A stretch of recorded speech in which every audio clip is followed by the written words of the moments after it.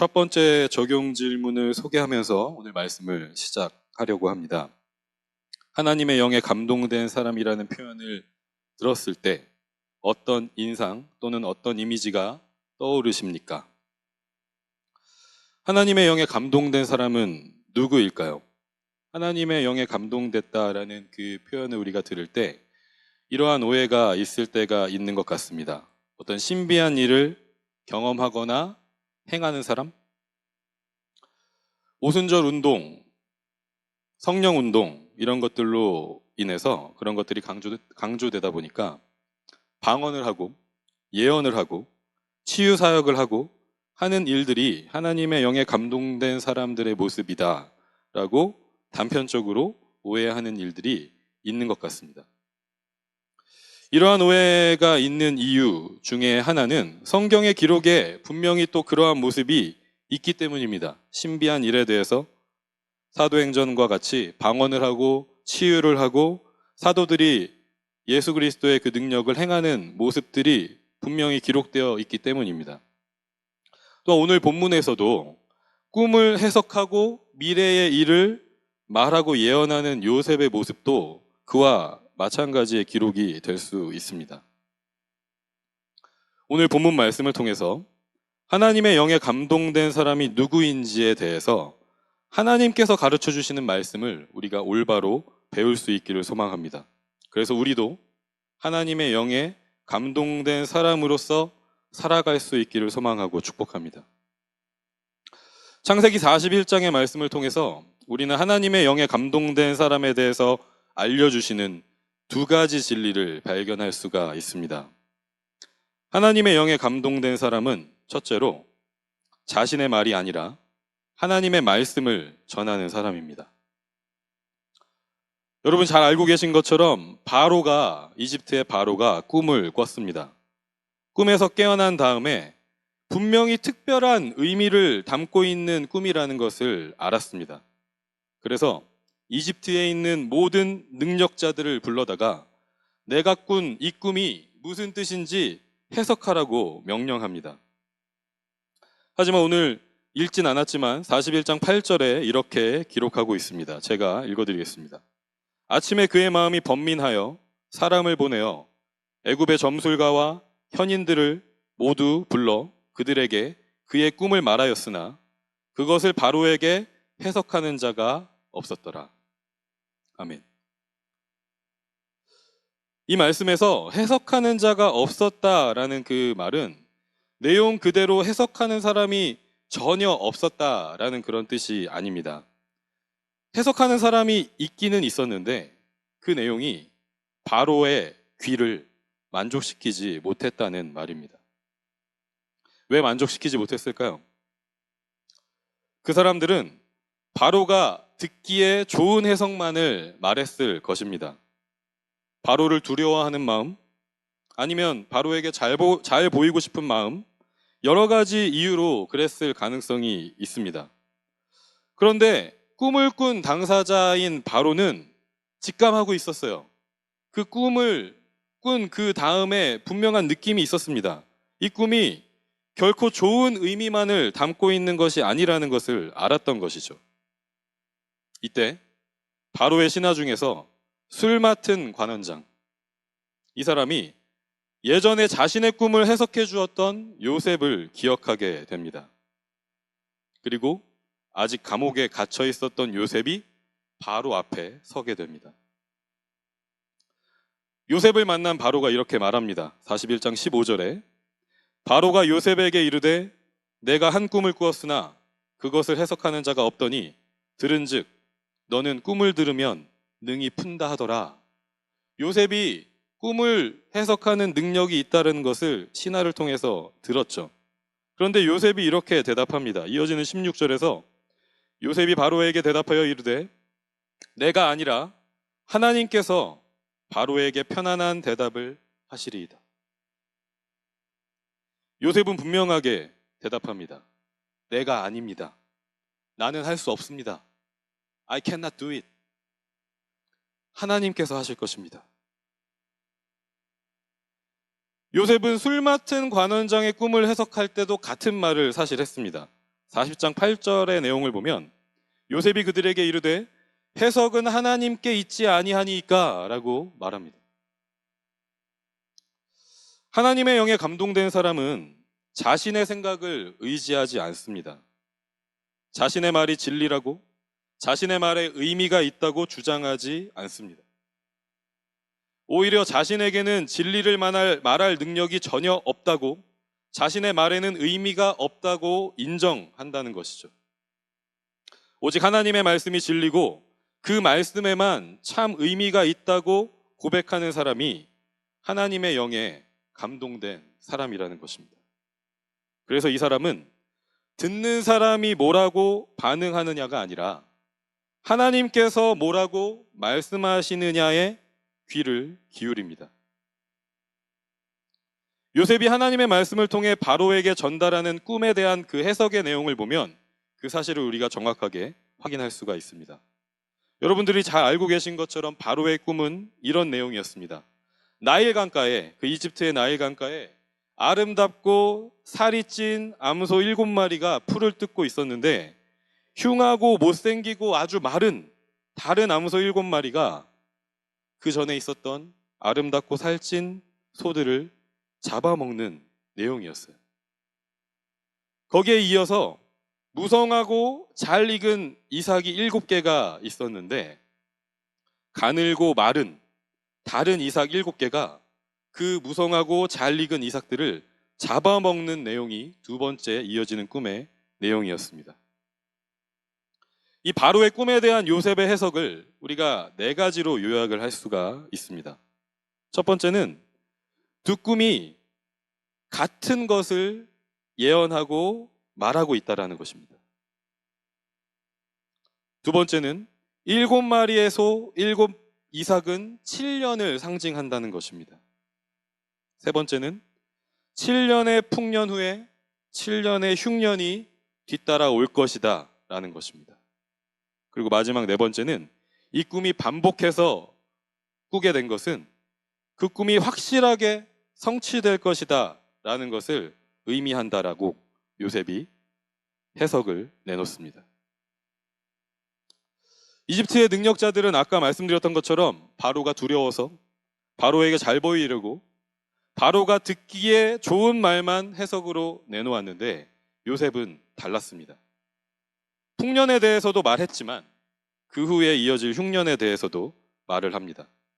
오히려 요셉은 다가올 흉년에 더 큰 초점을 맞추고 해석하는 내용을 우리가 확인할 수가 있습니다. 풍년에 대해서는 단 한 문장으로 풍년이 있었다, 있을 것이다 라고 말하지만 흉년에 대해서는 구체적으로 더 길게 설명하고 있어요.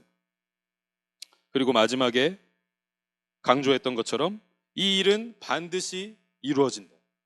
7년의 풍년이 있고 또 이어지는 7년의 흉년이 있을 것인데 그 흉년으로 인해서 그 풍년의 때를 기억하지 못하게 될 것이다 라고 강조해서 말합니다. 저와 여러분은 이집트의 능력자들과 같습니까? 아니면 요셉과 같습니까? 사람의 귀에 듣기 좋은 말을 하려고 합니까? 아니면 하나님께서 뭐라고 말씀하시는지에 귀를 기울이고 있습니까?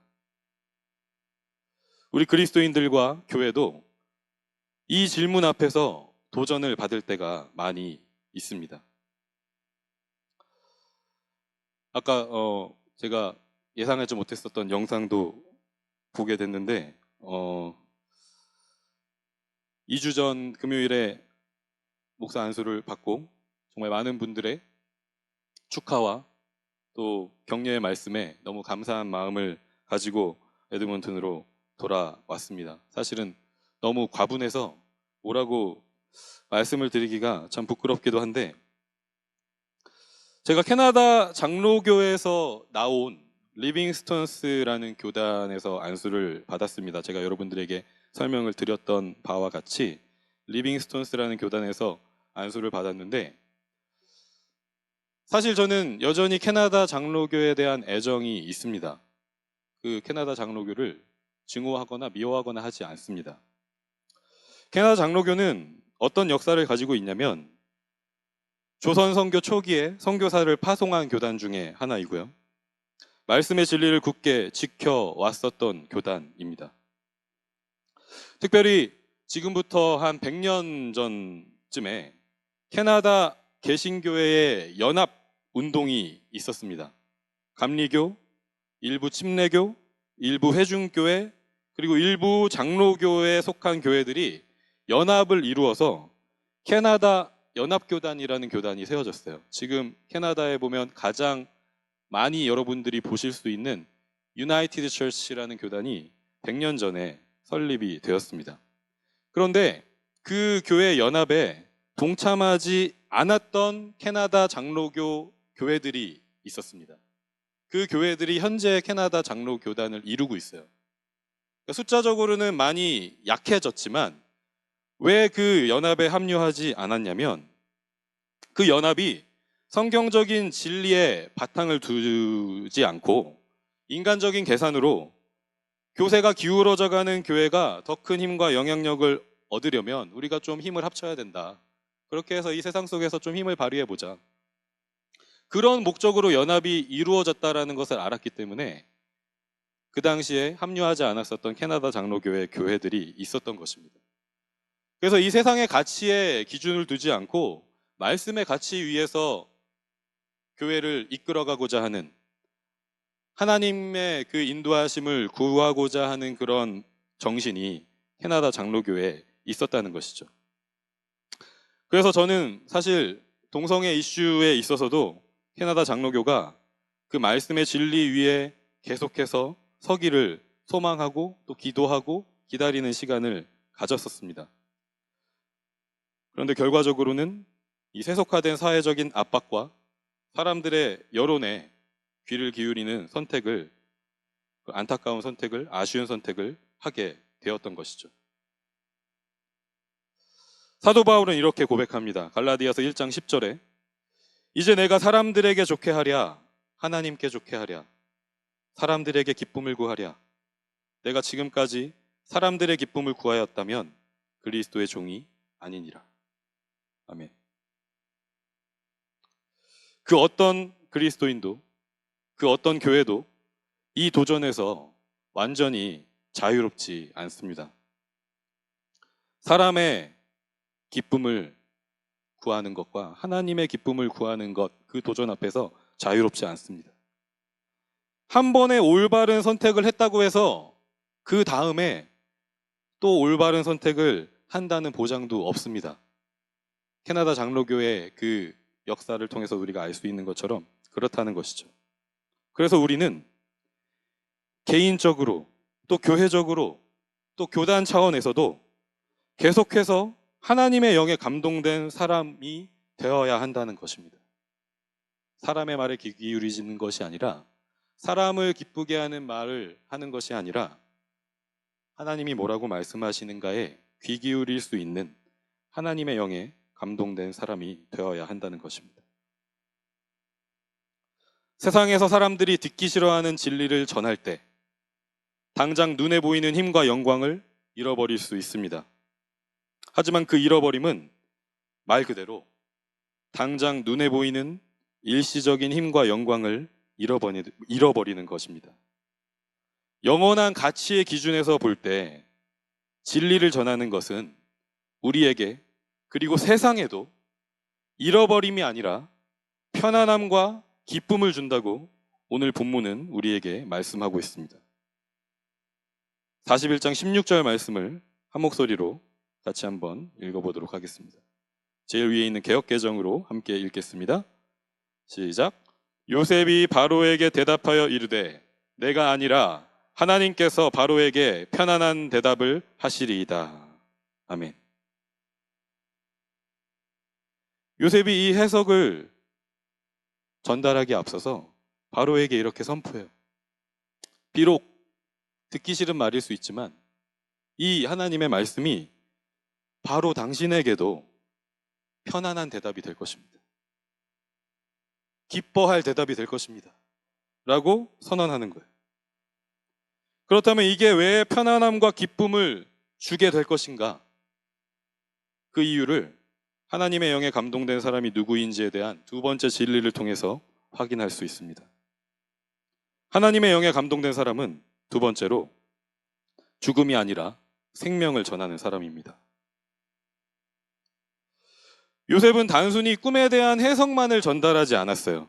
25절부터 32절에는 해석, 인터프레테이션을 전달했다면 이어지는 33절부터 36절에서는 그 해석에 대해서 우리가 어떻게 take action을 해야 되는지, 우리가 어떻게 조치를 해야 되는지, 우리가 어떻게 거기에 대비해야 하는지를 전달합니다.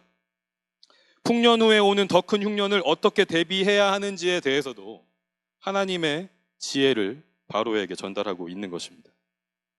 하나님의 영에 감동된 사람은 어둠과 절망, 심판과 멸망에 대해서만 말하지 않습니다. 왜냐하면 하나님께서 그렇게 말씀하시지 않기 때문이죠. 하나님은 정의로 심판하심과 동시에 사랑으로 구원하시는 분이십니다. 그래서 하나님의 말씀은 언제나 죽음에서 생명으로 우리를 이끌어 가십니다. 창세기 41장 38절에 바로가 그의 신하들에게 이르되 이와 같이 하나님의 영에 감동된 사람을 우리가 어찌 찾을 수 있으리요? 라고 말합니다. 바로가 여기서 언급한 하나님은 우리가 고백하는 하나님이 아닐 가능성이 사실은 높습니다. 아마도 많은 신을 섬기고 있었던 이집트 문화에서 그들이 섬기는 신을 말하는 것일 수 있다는 것입니다. 본문 45절에 바로는 요셉에게 사브낫 바네아라는 이름을 지어줍니다. 그 뜻은 하나님께서 말씀하시니 그가 살았다라는 뜻이에요. 그리고 요셉을 온이라는 도시의 제사장의 딸과 결혼시킵니다. 우리 교회 이름이 에드먼턴 온교회인데 여기에 그 온이 나오는데 그렇게 좋은 그 상황에서 등장하는 건 아닙니다. 물론 좋은 뜻도 다른 곳에 있습니다. 그런데 온이라는 도시의 제사장의 딸과 결혼을 시킵니다. 이 온이라는 도시는 어떤 도시냐면 이집트의 최고신 태양신을 섬기는 중심지였어요. 바로가 이렇게 함으로써 요셉이 꿈을 해석할 수 있었던 이유가 이집트의 태양신의 감동을 받아서 가능했다라고 주장하고 싶었을지도 모르겠어요. 이 모든 것들은 해석의 가능성입니다. 그런데 이 모든 다양한 가능성들 속에서 오늘 본문 말씀과 창세기 전체를 통해서 우리가 알 수 있는 분명하고 확실한 한 가지 사실이 있습니다. 그게 뭐냐면 오늘 이 38절에 기록된 하나님의 영이라는 표현이 창세기에서 두 번째로 기록된 구절이라는 거예요. 그러면 첫 번째로 기록된 곳은 어딜까요? 여러분들이 아실 것 같습니다. 하나님의 영이 첫 번째로 기록된 구절은 바로 창세기 1장 2절입니다. 같이 한번 읽어보도록 하겠습니다. 시작. 땅이 혼돈하고 공허하며 흑암이 깊음 위에 있고 하나님의 영은 수면 위에 운행하시니라. 아멘. 처음 기록된 그 하나님의 영은 창조의 영입니다. 혼돈과 공허를 생명으로 채우시는, 어둠을 빛으로 채우시는 하나님의 영이라는 것이죠. 요셉을 감동한 영은 태양신의 영이 아니라는 것입니다. 창세기 1장은 이어서 분명하게 기록합니다. 16절에 하나님이 두 큰 광명체를 만드사 큰 광명체로 낮을 주관하게 하시고 작은 광명체로 밤을 주관하게 하시며 또 별들을 만드시고. 태양은 생명의 근원이 아닙니다. 태양은 하나님께서 창조하신 피조물일 뿐이라는 거죠. 우리가 섬길 대상이 아니라는 거예요. 태양은 우리를 감동할 수 없어요. 오직 하나님 한 분만이 생명의 창조주이시고 하나님의 영만이 우리를 감동하실 수 있다는 것입니다. 하나님의 영으로 우리는 어둠 가운데 빛을 선포하고 죽음 가운데 생명을 선포할 수 있습니다. 그래서 요셉이 두 아들에게 지어준 이름이 큰 의미가 있습니다. 요셉은 아이러니하게도 태양신을 섬기는 온의 제사장의 딸을 아내로 맞이해서 낳은 그 아들들의 이름을 통해서 참 하나님에 대한 자신의 믿음과 진리를 선포합니다. 바로는 태양신이 요셉을 감동했다라고 말하고 싶었는데 요셉은 그 결혼을 통해서 태양신이 아니라 참 하나님이 살아계신다라는 걸 고백한다는 거죠. 피조물에 불과한 가짜 신이 아니라 오직 유일하신 참 하나님께만 생명의 능력이 있다는 것을 고백하고 있습니다. 51절과 52절 말씀도 같이 한번 읽어보도록 하겠습니다. 함께 읽습니다. 시작. 요셉은 하나님이 나의 온갖 고난과 아버지 집 생각을 다 잊어버리게 하셨다 하면서 맏아들의 이름을 므낫세라고 지었다. 둘째는 내가 고생하던 이 땅에서 하나님이 자손을 번성하게 해주셨다 하면서 그 이름을 에브라임이라고 지었다. 아멘. 말씀에서 확인할 수 있는 것처럼 므낫세는 있게 한다라는 뜻입니다. 그리고 에브라임은 번성한다라는 뜻입니다. 고난을 잊게 하시고 번성하게 하시는 하나님. 어둠을 물리치시고 빛을 비추시는 하나님. 죽음의 권세를 이기시고 영원한 생명으로 인도하시는 하나님. 이 하나님을 선포하고 고백하는 사람이 하나님의 영에 감동된 사람인 줄 믿습니다. 이 선포와 고백만이 우리에게 그리고 하나님이 아닌 다른 것들을 섬기는 이 세상에도 참된 소망과 참된 편안함과 기쁨을 줄 수 있다고 오늘 말씀을 통해서 하나님께서 우리에게 가르쳐 주십니다. 두 번째 적용 질문을 소개하면서 오늘 말씀을 정리하도록 하겠습니다. 하나님의 영에 감동된 사람으로서 우리는 삶의 자리에서 어떤 말과 행동으로 살아가야 할까요? 우리는 어떻게 하나님의 영에 감동된 사람으로 이 땅을 살아갈 수 있을까요? 하나님의 영에 감동된다는 것은 반드시 어떤 신비한 일을 경험하고 행하는 것을 의미하지 않습니다. 하나님의 영에 감동된다는 것은 반드시 요셉처럼 총리와 같은 높은 자리에 오르는 것을 의미하지 않습니다. 요셉이 이집트의 총리가 되기 전에 보디발의 노예로 지낼 때 그리고 억울하게 감옥에 갇혔을 때도 성경은 여호와께서 요셉과 함께 하셨다라고 반복해서 기록합니다. 39장 2절, 3절, 21절, 23절 계속해서 반복해서 하나님이 요셉과 함께 하셨다라고 기록합니다. 지금도 그때도 하나님은 요셉과 함께 하셨고 하나님의 영은 요셉을 감동하고 계셨습니다. 신비한 일을 경험하고 행하는 것, 어떤 중요한 자리에 오르는 것이 하나님의 영에 감동된 사람이 살아가는 하나의 모습일 수는 있지만 필수 조건은 아니라는 것이죠. 필수 조건은 따로 있다는 것입니다. 자신의 말이 아니라 하나님의 말씀을 전하는 사람. 그리고 죽음이 아니라 생명을 전하는 사람. 이와 같이 하나님의 영에 감동된 사람의 완전한 본을 보여주신 분이 바로 예수님이십니다.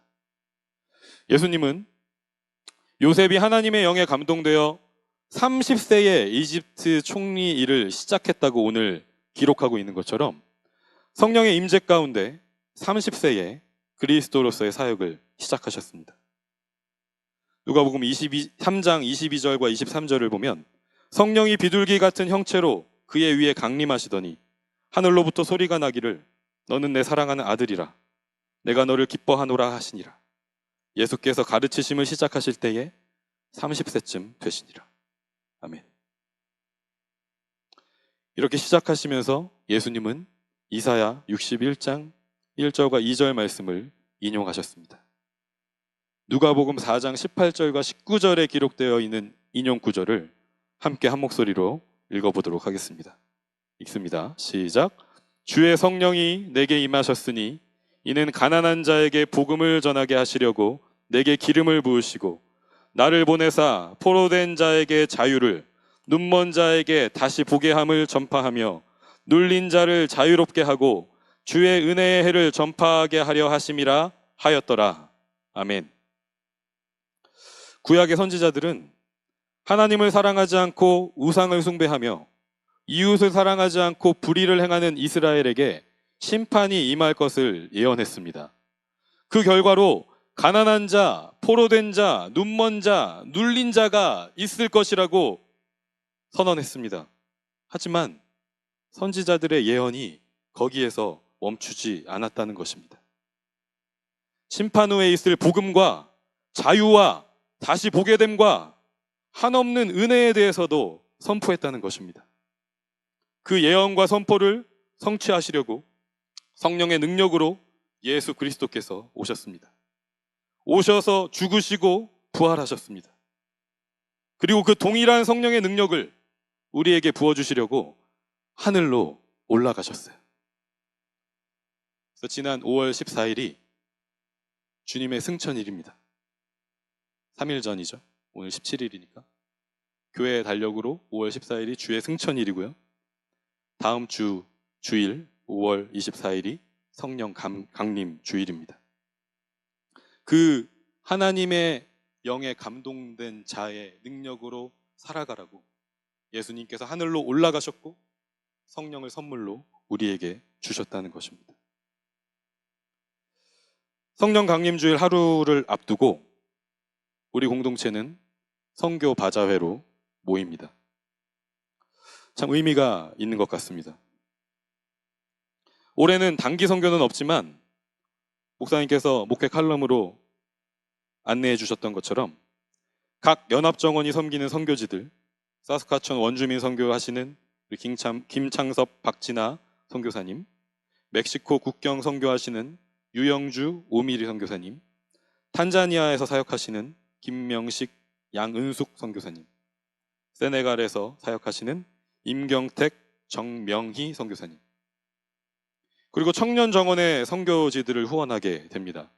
제가 청년부를 또 섬기고 있다 보니까 특별히 청년부는 나라 정원이 인도네시아 반둥에서 무슬림 선교를 하고 계시는 이진현 이성미 선교사님, 새벽 정원이 에드먼턴 지역의 YESS라는 비영리 사회단체를 선교지로 섬기고 있습니다. 그래서 청년부는 이렇게 결정을 하게 됐습니다. 저희가 두 선교지가 있기 때문에 전체 수익금에서 5분의 1을 배분받으면 그 금액의 절반씩을 두 선교지로 후원하는 것으로 청년부 안에서 리더들이 결정을 하게 됐습니다. 이 중에서 예스라는 단체는 알고 계신 분들도 계시겠지만 에드먼턴 지역의 홈리스 청소년들과 청년들에게 일시적인 쉼터를 제공하고 직업교육과 같은 재활 프로그램을 제공하는 비영리 사회단체입니다. 그들 가운데는 깨어진 가정, 약물 중독, 우울증, 그와 같은 어려움으로 고통받고 있는 젊은 세대들이 있는데 이러한 청소년들과 청년들을 돕는 곳이고 이들 중에는 이 캐나다 사회에서 일반적인 것처럼 LGBTQ 정체성을 가지고 있는 청소년들, 청년들도 있습니다. 청년부가 선교지로 섬기고 있는 단체이지만 직접적으로 복음을 들고 그들을 만나거나 우리가 믿는 그 말씀의 진리를 있는 그대로 전하기에는 어려운 조건들이 있는 것이 사실입니다. 하지만 우리가 계속해서 기도하면서 그들과 관계를 맺고 돕는 손길을 내미는 지속적인 그 관계를 해오고 있습니다. 그래서 올해 초에도 우리 새벽정원 청년들이 작은 정성을 모아서 후원금을 보내고 계속해서 이메일로 소통하면서 그 관계를 이어가고 있습니다. 그 관계를 통해서 하나님께서 우리가 상상할 수 없는 놀라운 방법으로 역사하실 것을 믿습니다. 세상의 가치가 아니라 하나님 말씀의 진리 위에 굳게 서 있음과 동시에 절망 중에 소망, 심판 중에 회복, 죽음 가운데 생명의 메시지로 이 세상을 하나님의 나라로 초대할 수 있는 우리들이 되기를, 우리 청년부 공동체가 되기를 계속해서 기도해 주시면 감사하겠습니다. 찬양팀은 앞으로 나와주시면 좋겠습니다. 사랑하는 성도 여러분, 각자의 삶의 자리에서 하나님의 영에 감동된 사람으로 살아가시기를 축복합니다. 사람을 기쁘게 하는 말이 아니라 하나님을 기쁘시게 하는 말을 하는 우리들이 되기를 기도합니다. 어두운 고난의 상황 중에도 복음과 빛과 생명을 노래하시기를 축복합니다. 그래서 나만이 아니라, 내 가족만이 아니라, 우리 교회만이 아니라 그리스도의 몸된 이 땅의 모든 교회와 어두운 세상을 살리는 우리들이 되기를 기도합니다. 특별히 이번 한 주 선교 바자회를 준비하고 동참하는 우리 모두에게 악한 영이 틈타지 않도록 하나님의 영이 감동하시기를 기도합니다. 성령으로 충만하게 우리에게 임하셔서 진리와 생명의 말과 행동으로 하나님을 높이고 서로를 섬기고 이웃을 사랑하는 우리 공동체가 되기를, 그렇게 하나님께 영광 돌리는 우리의 삶이 되기를 간절히 소망하고 축복합니다.